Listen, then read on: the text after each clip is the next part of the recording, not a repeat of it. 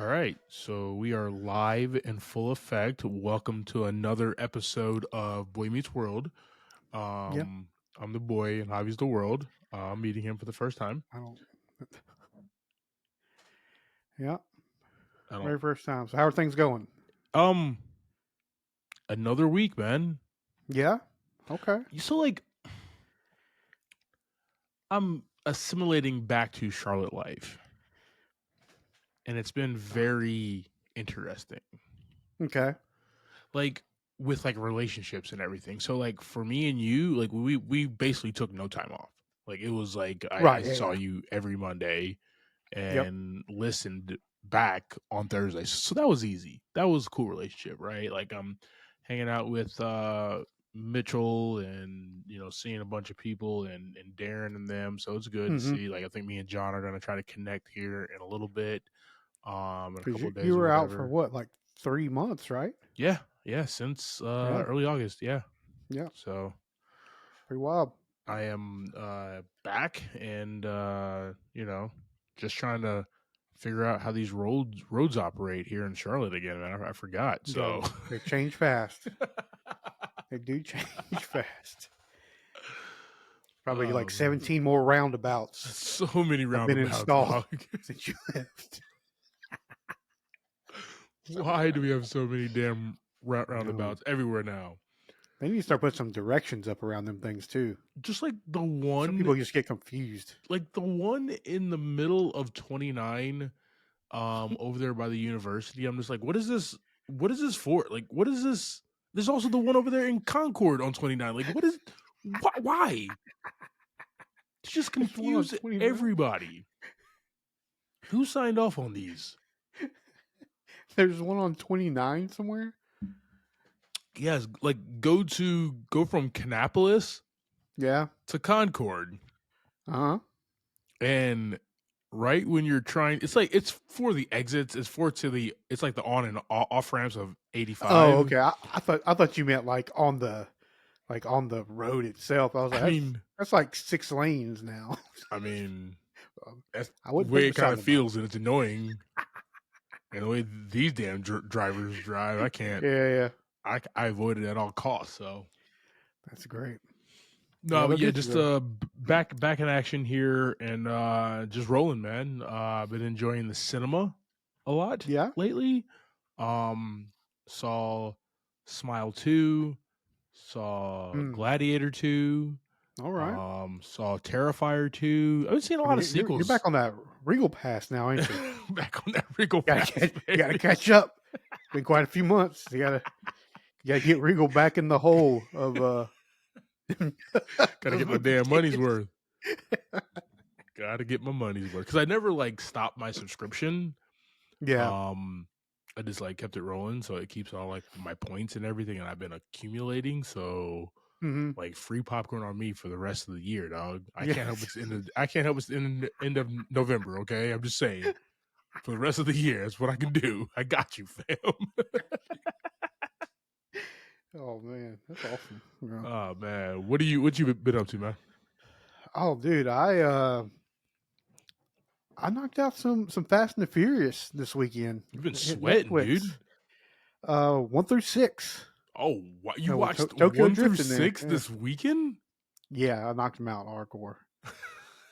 That sounds so much I, fun, dude. I, I mean, I was still kind of doing stuff right while they were on, but As you soon as know, they said race all you wars, you gotta were do is locked in, though. all you gotta do is hear it, man. You know what's going on. I've seen it so many times.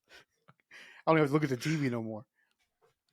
Uh, so knocked out some Fast and the Furious. That was a good time. I hit 6, right? And that's they don't have the ones after that on Netflix. Yeah, yeah. Now I didn't look for them anywhere. I assume they're probably rental on Amazon Prime or something like that. But I don't know if I want to watch the ones after 6, man. You Yeah, know, I feel you. 7. That's kind of where kind of we really, really go off the rails. Like they became superheroes at that point. You know, they're on a like an hour long airplane takeoff in in 6. 6. just just the longest runway ever made. Yeah. Um, like after that, man, I kind of like I've seen them, but I'm not gonna go search them down. 1 through 6 though, I'm down anytime. Yo, so like I think I've only seen 6 like once. Yeah, And it's because like, you know, like we already had this conversation when we did our Fast and Furious movies leading up to X. yeah, Um for me, like this franchise should have stopped at 5. Like I get studio money, you know, yeah, Vin Diesel not having any other paid gigs. I get it. I get it. I get it. Okay. yeah. Um, but like Well, 6 is where they take the turn into like uh basically law enforcement almost. exactly. And They're like they're hunting they're hunting people down now. I loved it. 5. 5 was awesome. 5 was like the tail end. Like, hey, you guys made your money. You're good. You don't need anything Yeah, else. yeah. 6, like they're back in the game, but it's like why? Now, don't get me wrong. 6 is a fantastic movie. It was just an It was a good time. unnecessary movie. You know what I mean? It's a really Yeah, good time. It's just a very yeah, unnecessary. Like for me, um, Luke Evans is one of the best bad guys in the franchise. It's just like, good gosh, man. Like yeah. halfway through that movie, they turn into superheroes. Paul Walker gets a cape. Okay, like it just happens. And like from there on out, they're indestructible. Like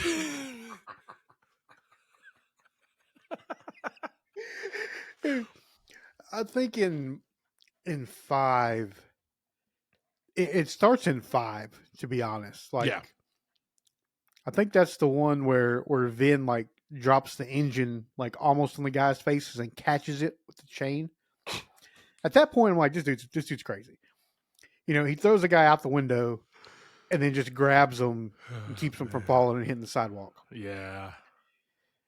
I It's mean, that guy that he threw out wasn't a small man, so it ain't like he's some little skinny guy. and He's Vin Diesel's not tall either. He's just yeah, like it's not like he has a lot of lift off the ground, you know what I mean? yeah. When he's throwing these guys. It's like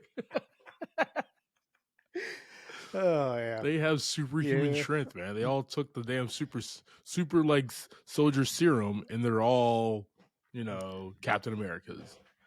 yeah. Also, watched Couples Retreat too. That was fun. That's just a classic.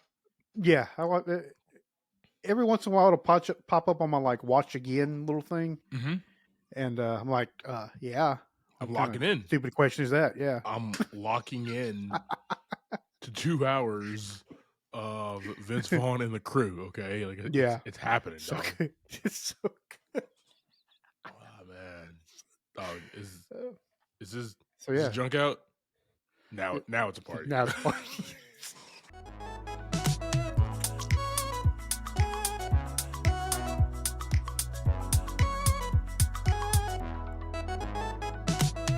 Welcome to this episode of Movie in a Pod. I am Clyde Smith. And I am Javier Villalobos. On this week's episode, we're discussing the trailers for Y2K, The Order, and our movie of the week, Canary Black. Kate Beckinsale, she's so damn hot right now.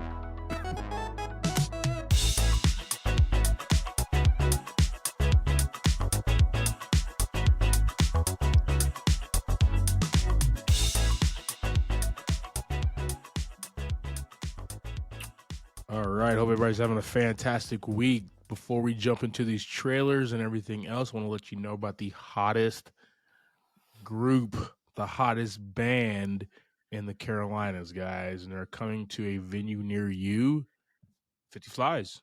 Let's go. What's the website? 50flies.com. It's that easy, guys. If you want to hear It's good music, really simple. Yeah. 50 Flies. Is it 50 or is it 50 spelled out? It's the word.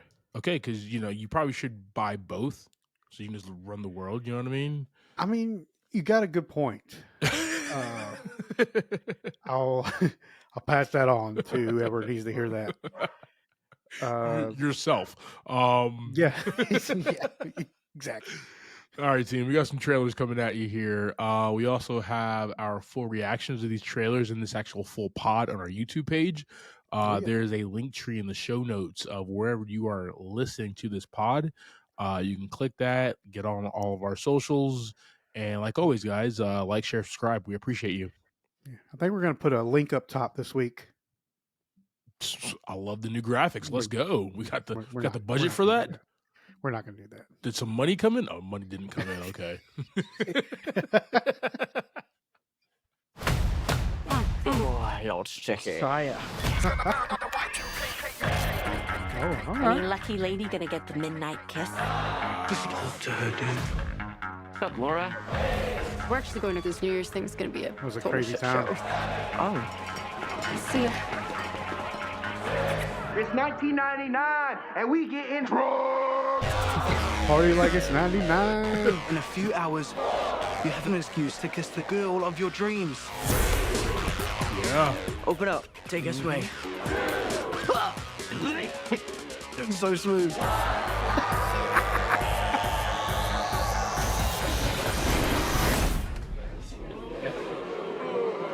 Y2K is real. I don't remember this part happening.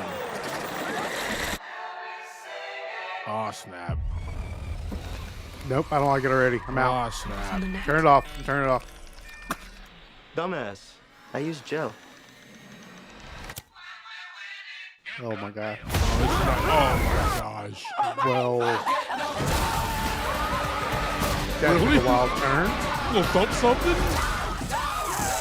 Oh my god. Shit. Chumbawamba? just drilled through a chick's head. Come on, we gotta go. Jonah We're Hill. experiencing major problems as a result of the Y2K breakdown. Bye-bye, human race. We're talking global computer apocalypse. Sorry, guys. Oh wow. I guess you're fucked. They made a video on everything. 2 pages. You don't know how this shit works. I'm back in. Back in, Clyde. Grab a for this one. bike, grab a board, grab whatever Locked you in, can. bro. Yeah. This has been the shittiest night of my life. But it's cool that we got to hang out for once. Oh man.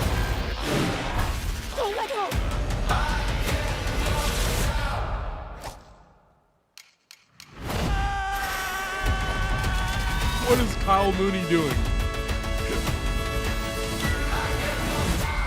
There's a lot going on right now. I get knocked out, but I get up again. Oh. All right, team. We have Y2K. According to IMDb, 2 high school nobodies make the decision to crash the last major celebration before the new millennium of New Year's Eve, 1999. The night becomes even crazier than they could have ever dreamed when the clock strikes midnight. Yeah, This is super coming at crazy. us from Kyle Mooney and produced by Jonah Hill, written by Evan Winter as well. Wow. Jaden Martell, Rachel Ziegler, Julian Dennison, and a whole host of other people. Fred Durst is in this movie. I just want to say, I didn't say it out loud, but when the guy took his hood off, I was like, that kind of looks like Fred Durst, but I'm going to keep that to myself for a second. North Kept it to Carolina's myself. own, dog. Right out of what, Jacksonville, right? Yeah. Gastonia. No. Yeah, Gastonia. Yeah. So even closer. Yeah.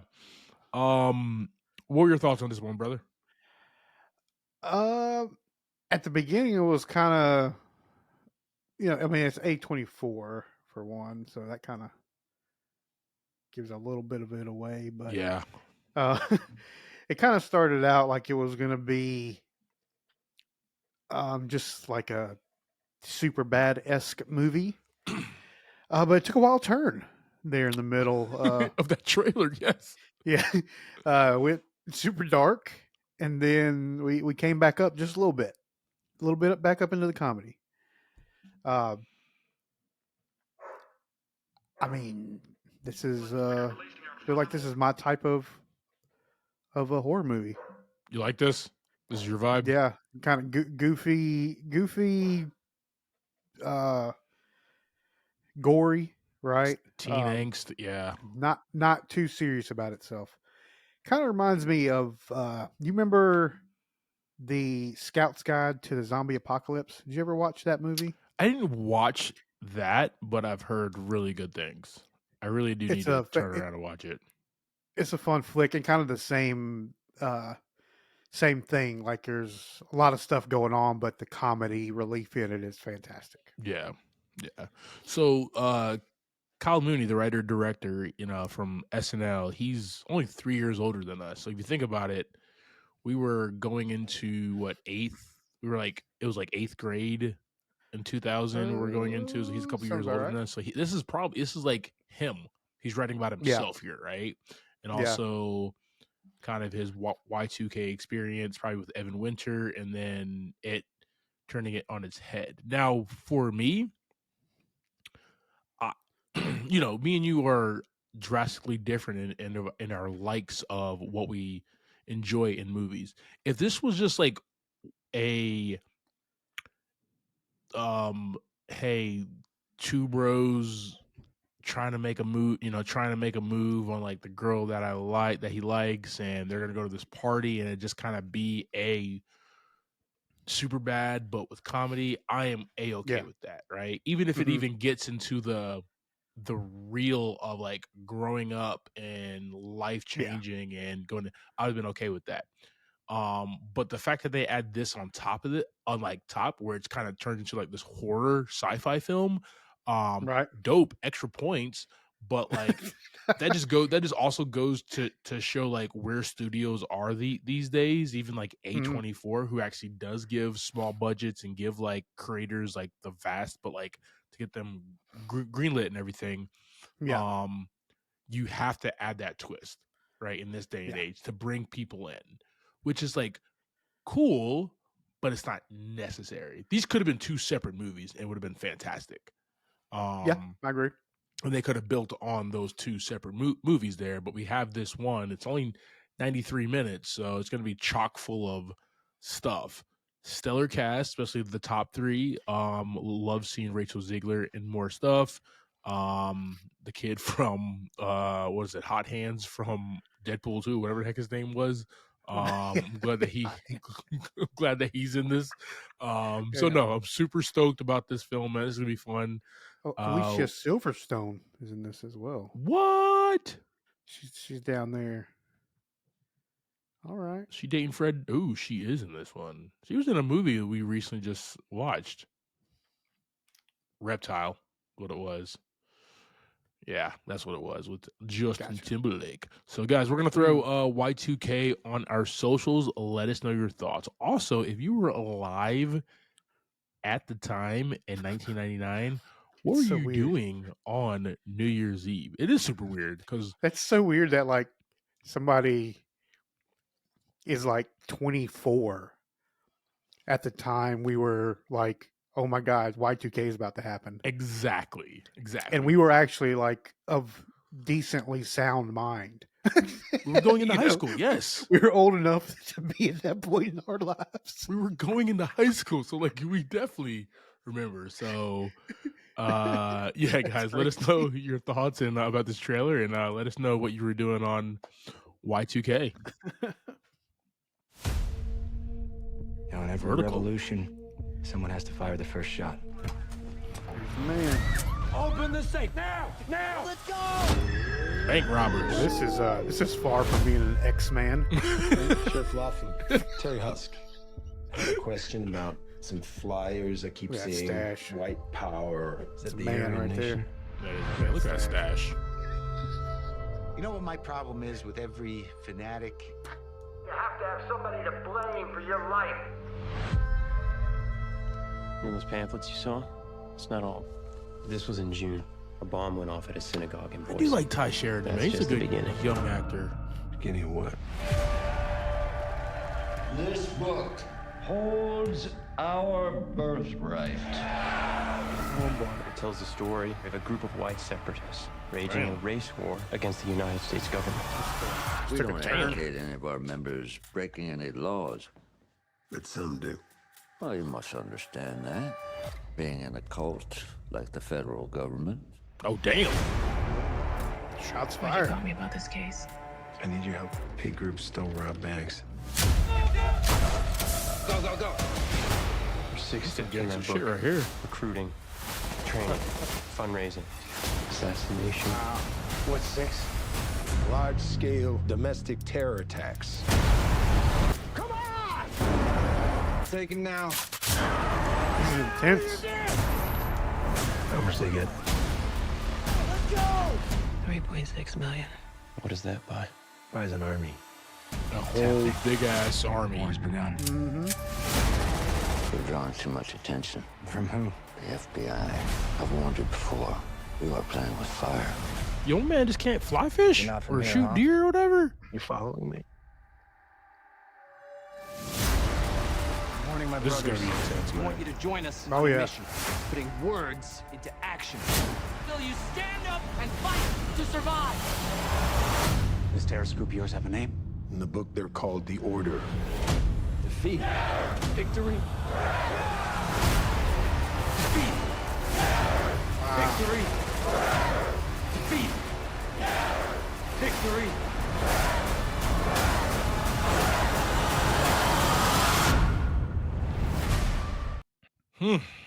All right, team. We have The Order, according to IMDb, a series of bank robberies and car heist frightens communities in the Pacific Northwest.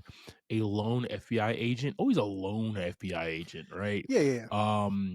Believes that the crimes were not the work of a financially motivated criminals, but rather a group of dangerous domestic terrorists. Ooh.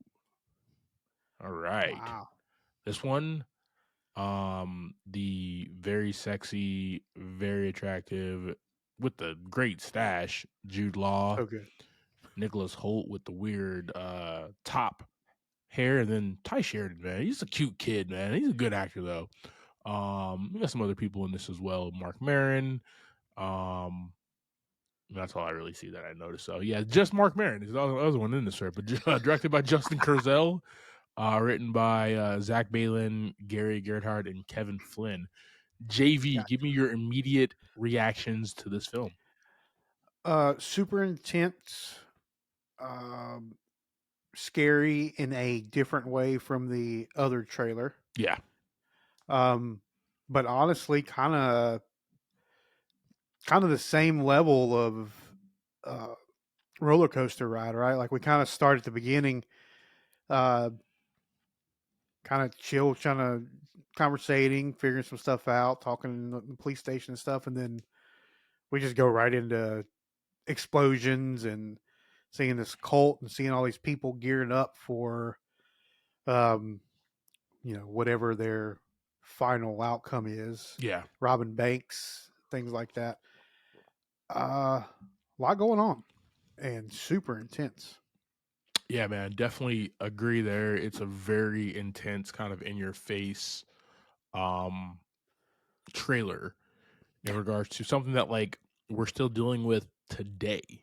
Oh yeah. These separatist groups, these militias, these anti-government groups who are trying to overthrow the government and stuff like that, man. And like that just brings me to a quick point. And we're not a political podcast and stuff like that, but it brings me to a really, really interesting point, inflection of where Hollywood is looking. Like, go see the original Gladiator made sense for its time, and that it was just a beautiful piece, but it wasn't really trying to tell an overarching story about the climate that we live in.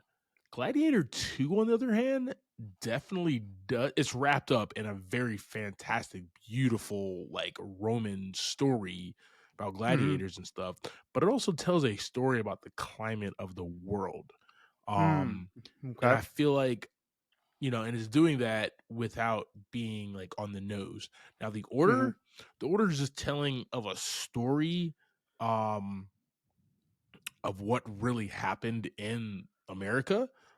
These are based off of real people. But it's like fitting when there's great writer directors who team up and make movies at certain times. Steven Spielberg has always been right on the nose about that as well. Uprisings happen, things happen. Oh yeah. There's There's conversations about it, so why not put it in the forefront? And they've never stopped. Exactly. Yeah. Never have. Exactly. Nope. So, that's just where Hollywood looks and what Hollywood does. I'm really jazzed about this, man. Like, it's an all-star cast. Like, the performance is gonna be fantastic. It's gonna be poignant. It's gonna be in your face. It's gonna be uncomfortable. I think that's gonna be the big thing, man, for people to actually see, like, these people are like wilding out, man. Like these are real people and how they acted and how they thought. And like there's people who still think like this and have those same exact motivations. So I am terrifyingly excited about The Order. This is definitely a theater drop for me that I will definitely go see. But yeah, you guys, we'll throw this on our socials and let us know your thoughts about The Order. What about your boy Jude Law joining the Star Wars universe coming up? So see that? So like I am behind the like I know that he is. But I'm very like behind in the MCU and in the Star Wars.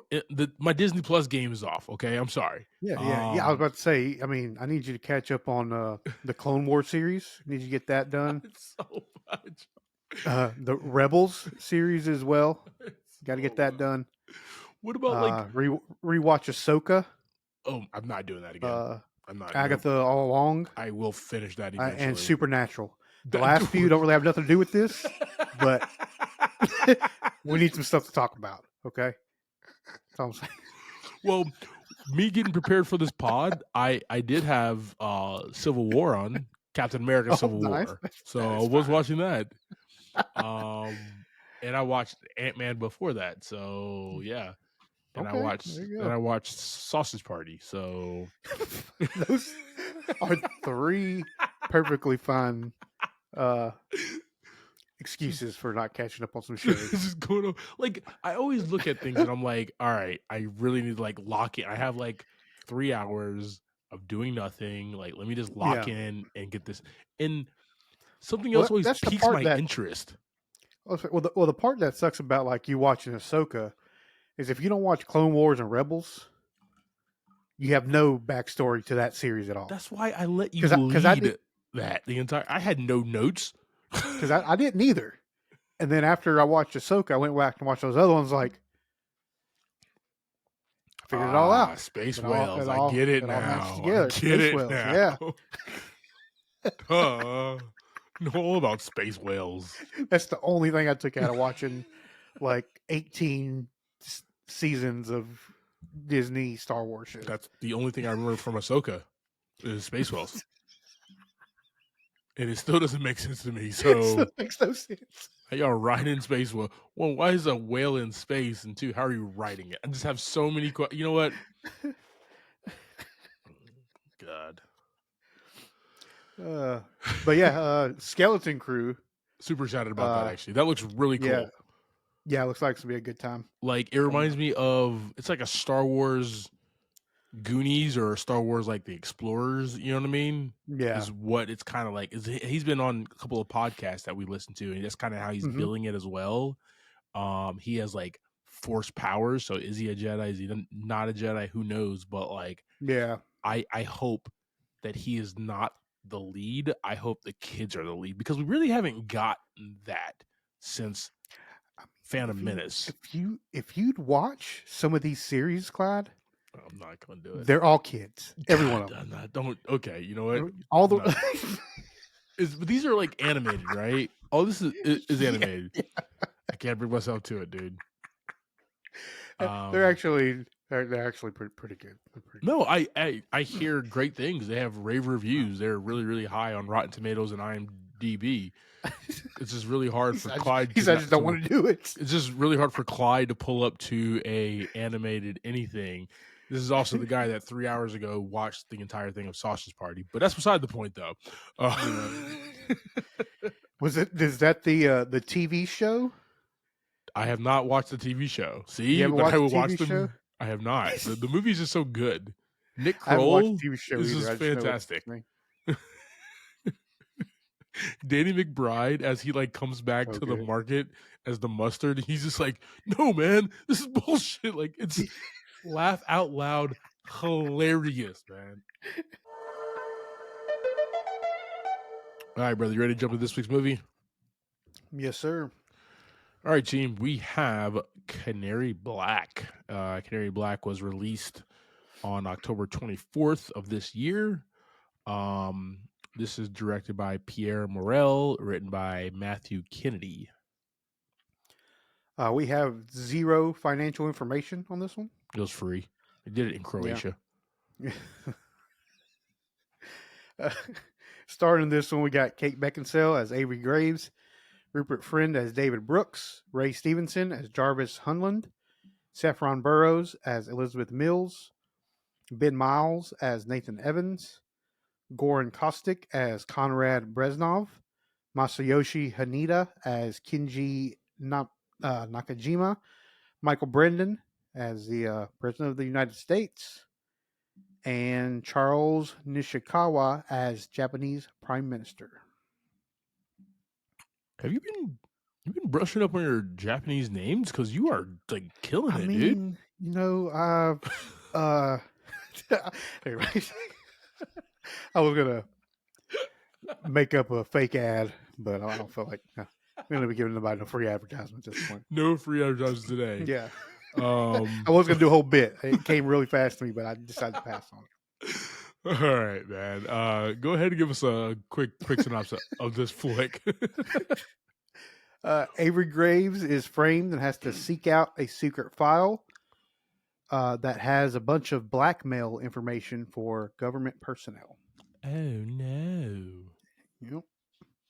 Not blackmail. What about purple mail?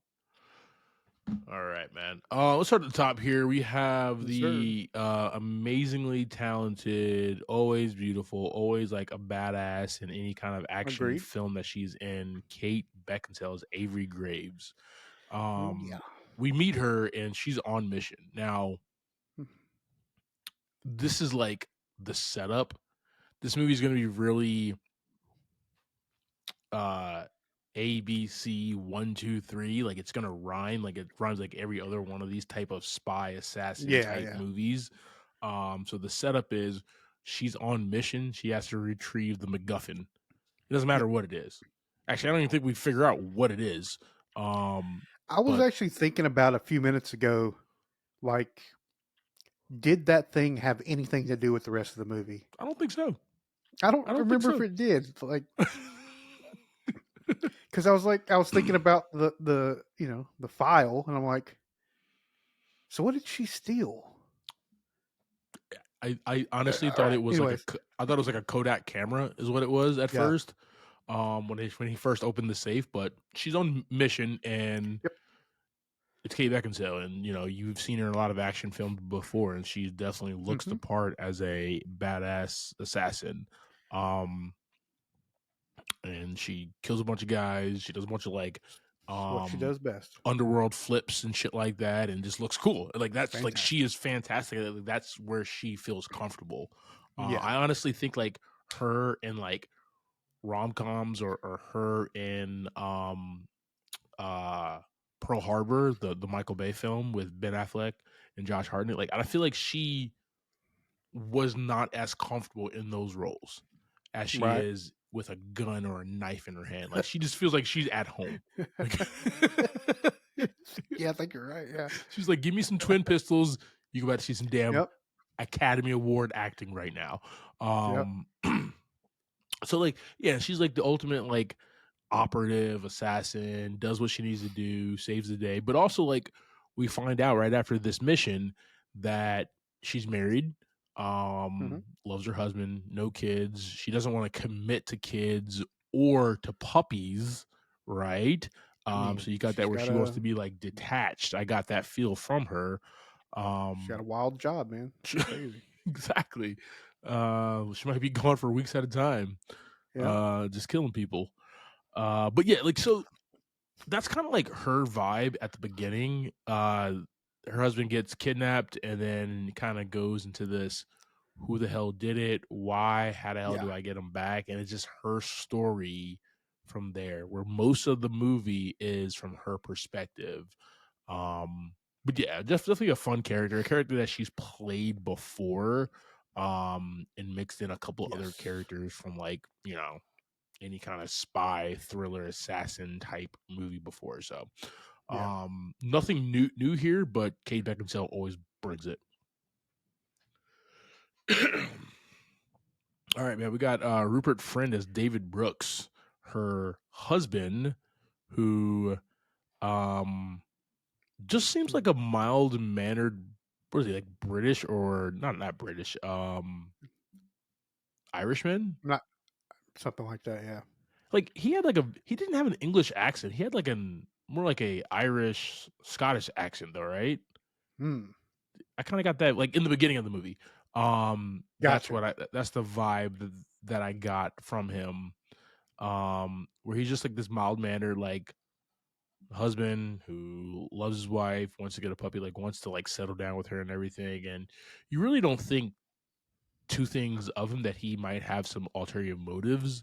Even to the point where he does get abducted. You're just like, oh shit. All right. Well, typically it's Liam Neeson going to go save the day, but hell, okay, Kate Beckinsale, go get your husband. I felt it. I felt it. Talk to me. They just spent way too much time, like, on this guy. Like, there was too much writing on him for him not to be like a key role in this whole thing. I mean, you're right about that. I see that because in a I've seen a bunch of these movies before kind of look at it. You know what I'm saying? Like, yeah. So like if the character was like poorly written, because he was well written as far as like his likability, right? So many details. He wasn't just some guy. He wasn't like just her husband that got kidnapped and she's been looking for him the whole movie. It was like him. The whole thing. There was a lot of world building with him and her, as far as like him wanting to get a puppy, and then, like, you know, a slow down and own up to it, and being able to like have that conversation with your wife. I don't want to cook for you. Let me go ahead and take you out to dinner. Let's go this long walk. You know what I mean? Like there was a lot of world building, and you're right. I did not catch that, mainly because I didn't care. But you are right after thinking about it again. I mean, like, you didn't care as in you weren't thinking about him being that person, or like, well, it was just kind of like one of those things that's like, okay, come on, let's get to him, right? Yeah, because like stop talking about him, because we knew he was gonna get abducted, right? And we're just kind of like wanting to get to that point. Yeah. That's what it was. It was like, all right, well, let's. Yeah. I'm really just pulling up to see Kate Beckinsale whoop ass. That's why I pulled up.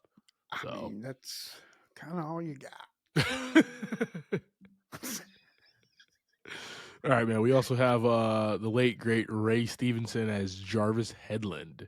Jarvis is her boss. He's in charge of whatever CIA group that she's a part of, and really good friend, mentor, and all that stuff. And kind of the only person that she trusts to help get her husband back. And when things kind of go sideways with him, sometimes she has like a couple other people that she has to call on or count on.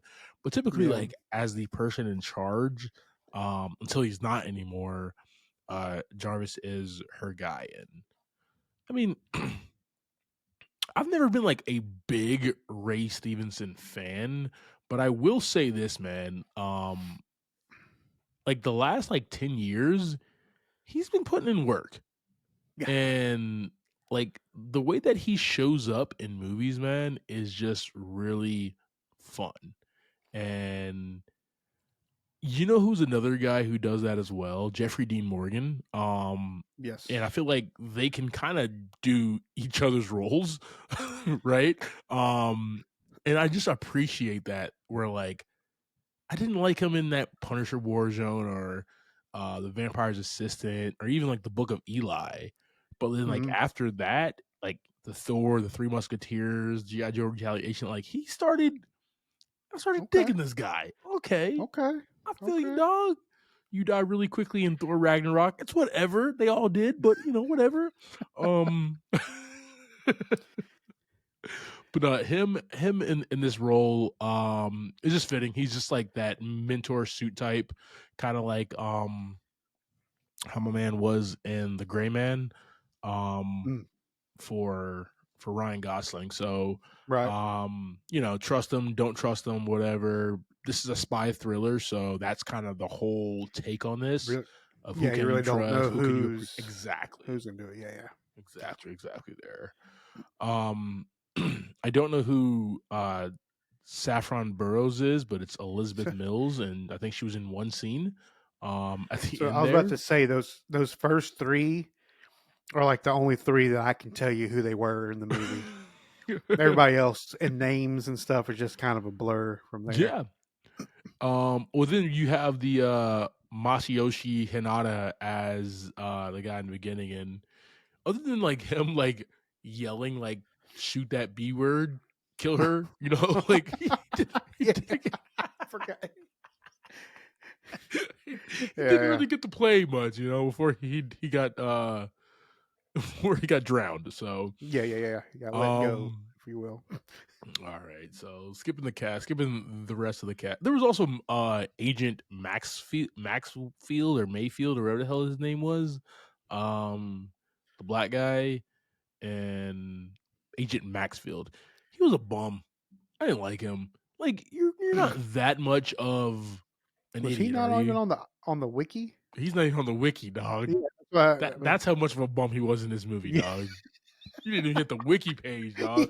Whoever created this wiki page said, "Nah, fam, nah." They got him mixed up with somebody else too. Jazz Hutchins, as Agent Maxfield, and like he was just a putz the entire time, man. Like you got beat by her, and she like got away from you. So now you have like this whole vendetta against her the entire movie. So like anything that Jarvis says, you're not gonna believe. Like he's trying to tell you the whole time, like it could be something else, and he's like, "Nah, we gotta take her down. We gotta put bullets in her and stuff." It's like can't let this story out that I got beat up. Yeah, dog. Can we not tell everybody at the academy that I got my ass beat by a girl? That's the same thing that happened on Fast 6. Han and Tyrese, they get beat up in the subway. I do remember that. Like, yeah, super bad. And he's like, we can't let anybody know about this. So good, man. So like, talk about the sets and the music. Music not memorable at all. It was just like boring spy thriller music. It didn't add anything to the thing. To the movie. Other than the opening Tokyo scene, everything looked like we've seen it all before, right? Watch Atomic Blonde, watch any of the Taken films, right? Watch The Gray Man, like watch any of these films. You've seen these type of sets and look and feel before. But I will say that opening Tokyo scene in that building was super badass. I really appreciate that. And that's what kind of drew me into like, ooh, we're getting another Kate Beckinsale whoop ass type of film, because she's like the ultimate badass in this. So all right, I do have a theme, brother. All right, what's up? This film is your run of the mill action spy flick, right? Trust is the theme in this flick, as pretty much all the other films in the genre, right? Graves had a hard time trusting literally everybody in her circle, including a twist at the end. And that's probably why somebody got a little bit more backstory than typically happens. Correct. Yeah. So trust nobody. All right, team. So that is our conversation about 2024's Canary Black. JV, give me your thoughts and ratings on this one, man. This was gonna get 2 buckets of popcorn for me this week. I watched it the one time. The movie wasn't that fantastic. Kate Beckinsale was a good time in her scenes, but it was kind of, for me, it was like the same scene over and over and over and over. Yeah. Let's fight, let's talk, let's fight, let's talk. Which is normally pretty cool, but it was the same fighting and the same talking like every scene. I mean, it's worth the one watch. It wasn't terrible enough where I would tell nobody to watch it, but at the same time, I'm not going to watch it again. So, 2 buckets popcorn for me. I got you. Bet you, man. Yeah, I'm right there with you, man. 2 buckets of popcorn for this. I want to start by saying that I love watching Kate Beckinsale kick ass on film. I think that's been a reoccurring theme on this pod that I've been saying on this pod episode. Yeah. I'm with you. Back you up 100%. Like, you know, she does it like always, and you know, she does it in this flick, man. She just brings that heat, and yeah, you know, I fell in love with her, like watching her in those like tight leather pants and shit in Underworld and in the sequel. So, you know, she does it here. So basically, everything else is just pretty boring, stale. Yeah. The plot has been done before, and it's been done a lot better as well. If you really want a better film, my recommendation. Oh, okay. Go see Iron Man 3. Like, it's just.